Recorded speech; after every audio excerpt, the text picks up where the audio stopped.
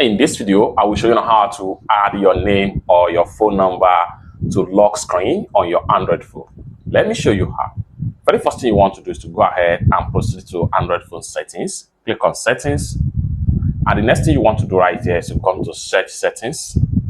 So you want to make sure you type in display,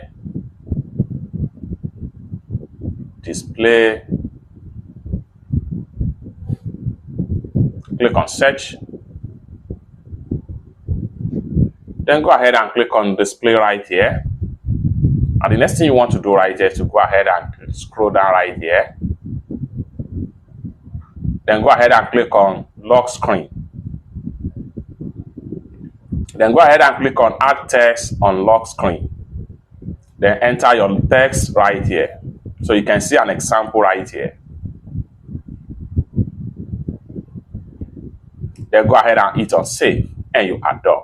By the time you lock the screen of your Android phone, the name is going to appear just like what you see right here. The name or the phone number, as the case may be, is going to appear into the lock screen on your Android phone.